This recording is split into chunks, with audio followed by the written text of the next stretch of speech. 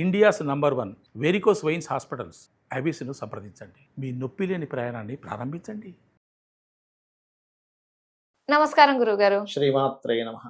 గురుగారు, తొలి ఏకాదశి వచ్చిందంటే జనాలందరూ కూడా దేవుని దర్శించుకోవాలని చెప్పేసి వెళ్తూనే ఉంటారు. అవునమ్మా. అసలు ఈ తొలి ఏకాదశి గురించి తెలుసుకోవాలి, ఆ రోజు మనం చేయాల్సిన విధి విధానాలు ఏంటి అనే విషయాలు తెలుసుకోవాలనుకుంటున్నామండి. తొలి ఏకాదశి అయినా కానీ ఏ ఏకాదశి అయినా మనం చేయవలసింది భగవంతుని కోసం మనం ఉపవాసం ఉండడం. ఆయన కోసం మనం ఉంటే ఆయన ఇచ్చేది ఏంటి మనకి? ఏకాదశి ఉపవాసం వల్ల అంటే ఆరోగ్యాన్ని, ఐశ్వర్యాన్ని ప్రసాదిస్తాడు ఆయన.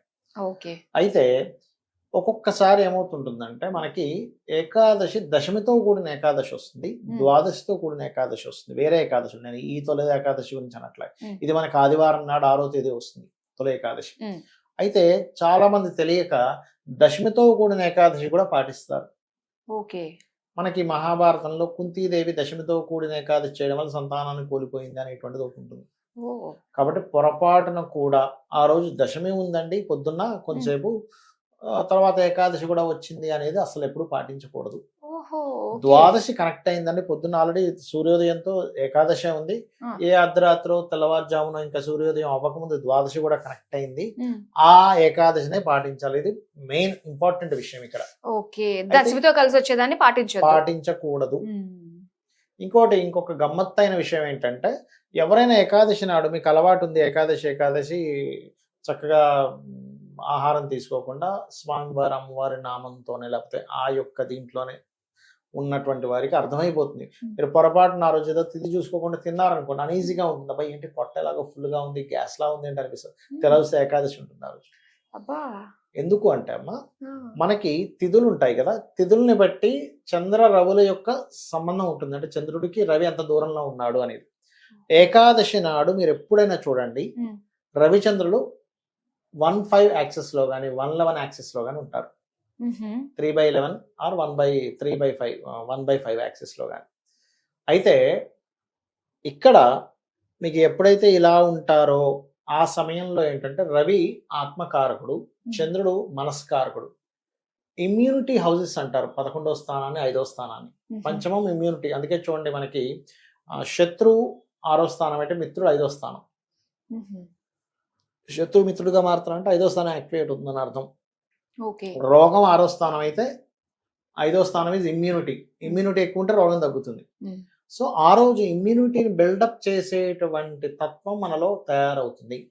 ఇప్పుడు ఇమ్యూనిటీ సెట్ చేసుకోవాలి, లోపల మొత్తం క్లీన్ చేసుకోవాలంటే కనీసం 15 రోజులకు ఒకసారి వచ్చేటువంటి ఏకాదశి మనం పాటించాలి. దీని మీద మన వాళ్ళు ఎంత చెప్పినా అర్థం కాక నోబెల్ బహుమతి ఒక అతను, ఆయన జపాన్లో ఒక ఆయన దీని మీద రీసెర్చ్ చేసి నోబెల్ బహుమతి పొందాడంటే అప్పుడు అందరూ పాటించడం మొదలుపెట్టారు. జపాన్లో చేస్తే పాపం మన మహర్షులు ఎప్పటి నుంచో చెప్తూ ఉన్నారు దీని గురించి. అలా మనం గనక ఎప్పుడైతే ఏకాదశి నాడు మీకు శక్తి ఉంది, ఏమీ తినకుండా ఉండగలనంటే ఐఎమ్ ఫిట్ అనుకున్న వాళ్ళు ఏమీ తినకుండా ఉండి జస్ట్ నీళ్ళు తాగుతూ ఉండొచ్చు, తప్పేం లేదు. దీనికి ఉపవాసము అంటే దేవుడికి దగ్గరగా ఉండడం అంటారు, కానీ ఇది కూడా పాటించాలి. భగవంతుడు దగ్గరగా ఉండడం ఒక ఎత్తు, 8 యామములు అంటారు. అంటే 8 యామము ఈజ్ ఈక్వల్ టు 3 hours అమ్మా. 8 3 24 hours చేయాలి. చేసి ఆ రోజు మీరు మీ పనులు మీకు ఉంటాయి, సర్వసాధారణంగా ఆఫీస్కి వెళ్తారు, ఇంట్లో వర్క్ ఫ్రమ్ హోమ్ చేసుకుంటారు. చేస్తూ ప్రతిదీ కూడా భగవంతుడికి సమర్పిస్తూ భగవత్ నామస్మరణలో, వీలైతే గోశాలకు వెళ్ళడం, వీలైతే ఆలయానికి వెళ్ళి టెంపుల్లో మనం అభిషేకము ఏదో ఒక కైంకర్యం చేయించుకోవడం, లేదా ఏదైనా ఒక మంచి కార్యక్రమం ఇంట్లో పెట్టుకోవడం చేయొచ్చు. అయితే ఇక్కడ మరలే కొంతమందికి సందేహం వస్తుంది, ఏమంటే నాకు అనారోగ్యంగా ఉంది, నేను ఉండలేనప్పుడు దేవుడు ఏమైనా కోప్పడతాడా, నేను ఏకాదశి రోజు ఎందుకు ఉండలేదు అంటాడా అంటే ఏమీ అన్నాడు.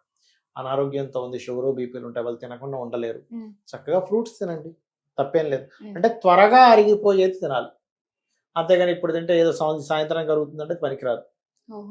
త్వరగా అరిగిపోయేది తింటే మీరు గమనించండి, ఇంకా ఎనర్జైజ్గా ఉంటాం ఆ రోజు.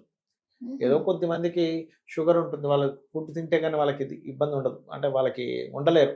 ఓ చాక్లెట్ తీసుకోవడం, ఫ్రూట్ తీసుకోవచ్చు, తప్పేం కాదు.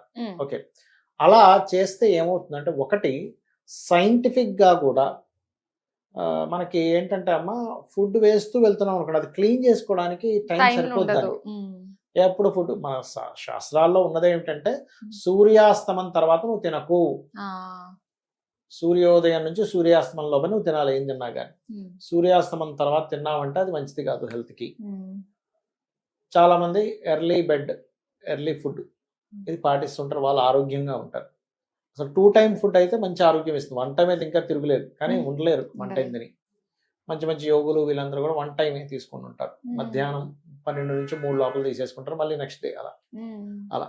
ఎవరికైనా అనారోగ్యం బాగా ఎక్కువగా ఉంది అనుకునేవారు 2 టైం 1 టైంలోకి మారిపోతే ఖచ్చితంగా వాళ్ళకి సెట్ అయిపోతున్నాం. ఎందుకంటే మనం ఎన్ని మెడిసిన్స్ వేసుకున్నా ఆఖరిగా ఏ డాక్టర్ని అడగండి, మీ ఇమ్యూనిటీ మిమ్మల్ని కాపాడాలి.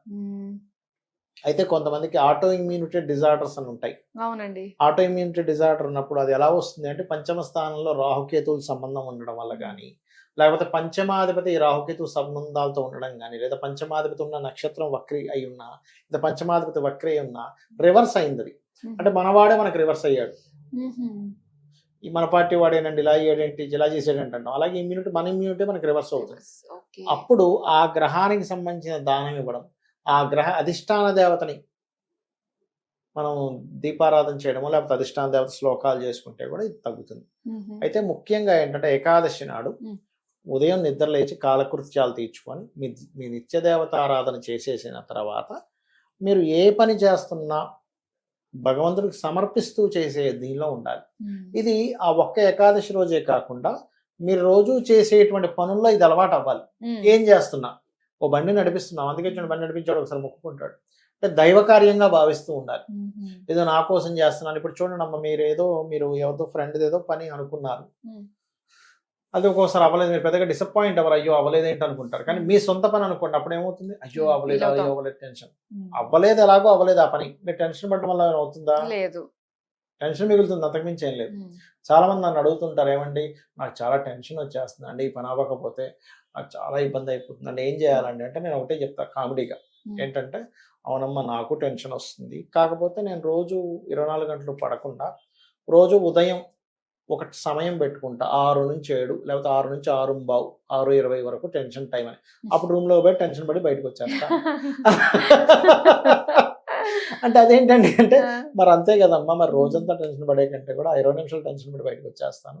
ఇలాగే కొంతమంది కామెడీ అడుగుతారు, నాకు కోపం వస్తుంది సార్ ఎలా తగ్గించుకోవాలంటే, ఓ పని చేయండి, మధ్యాహ్నం 2 నుంచి 2:30 కోపగించే సమయం అనుకోండి, రూమ్ లోకి వెళ్ళండి, 6 గంటల సేపు కోపపడండి, మీ మీద మీరు బయటకు వచ్చేసేయండి కోప సమయంలాగా.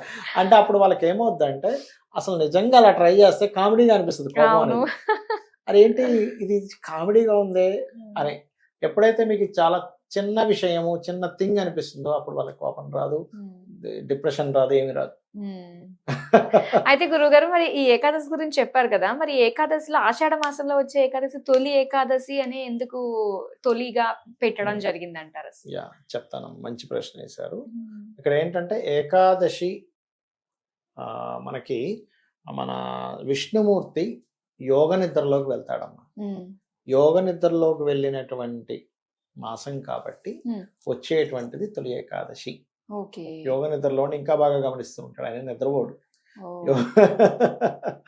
అర్థమైందమ్మా. అలా అందుకని తొలి ఏకాదశి. తులారాశిలో చంద్రుడు ఉండి మిథున రాశిలో రవి ఉంటాడు, కామ్యాలు యాక్టివ్ చేసేది. ఈ ఏకాదశి చేయడం వల్ల కామ్యం తొందరగా నెరవేరుతుంది. అందులోని తులారాశిలో ఉండే చంద్రుడికి ముఖ్యంగా ఏంటంటే మీకు ఏదైనా వివాహం అవ్వట్లేదు లేకపోతే వ్యాపారంలో రాణించలేకపోతున్నాము, ఖచ్చితంగా ఈ ఏకాదశి చేయడం వల్ల ఆ ఫలితం అనేటువంటిది వస్తుంది. అందులో ముఖ్యంగా ఎవరైనా బాగా స్ట్రక్ అయిపోయారు లైఫ్ లో, ఈ రోజు గనక గజేంద్ర మోక్ష ఘట్టాన్ని గనక తలుచుకున్నా, విన్నా, చదివినా వాళ్ళకి తగ్గుతుంది. సహజంగా కూడా పొద్దున్నే లేచిన వెంటనే గజేంద్ర మోక్షం చేసుకోండి అని చెప్తూ ఉంటా. నిద్ర లేచిన వెంటనే మీరు కనుక ఒక్క 2 నిమిషాలు, ఏమీ లేదు, చాలా సింపుల్ అది. గజరాజు తన సమూహంతో వెళ్తూ ఉన్నాడు అడవిలో, త్రికూట పర్వతంలో జరిగింది, ఇక్కడ కాదు, ఇక్కడ అనుకోగలరు ఎవరైనా, త్రికూట పర్వతంలో జరిగినటువంటి అంశం ఇది. వెళ్తూ ఉండగా దాహం వేసింది గజరాజుకి, సరస్సు దగ్గరికి వెళ్ళింది, చక్కగా నీరు తాగింది, అందరూ నీరు తాగారు. ఉన్న వాళ్ళు అలా ఉండకుండా కొంచెం కోలాహలంగా ఆడుకోవడం మొదలుపెట్టారు. ఎక్కడో లోపల ఉన్నటువంటి మొసలి ఈ శబ్దాలకి బయటకి వచ్చి తన కాలుని పట్టుకుంది గజరాజు.